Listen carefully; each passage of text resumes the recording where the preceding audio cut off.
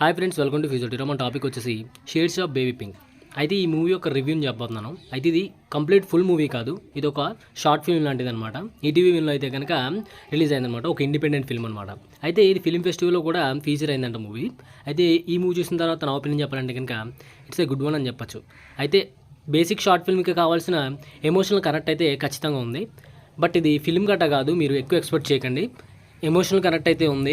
So ఖచ్చితంగా మీరైతే కనుక ఎమోషనల్గా కనెక్ట్ అయ్యి కన్నీళ్ళు పెట్టుకునే సీన్స్ అయితే ఉన్నాయి. అయితే ఈ మూవీ యొక్క బేసిక్ ప్లాట్ ఏంటంటే కనుక ఒక 5 ఏళ్ళ కుర్రాడు తన పేరెంట్స్ని ఏ విధంగా మిస్ అయ్యాడు, తన ఎమోషనల్ కనెక్ట్కి దూరం అయినప్పుడు ఏ విధంగా ఫీల్ అయ్యాడు, దాని తర్వాత అదేవిధంగా పెద్దవాళ్ళు కూడా ఏ విధంగా ఫీల్ అయ్యారు అనే దాని గురించి అయితే కనుక ఈ మొత్తం 33 మినిట్స్ ఆఫ్ ఇండిపెండెంట్ ఫిల్మ్ అయితే ఉంటుంది అనమాట.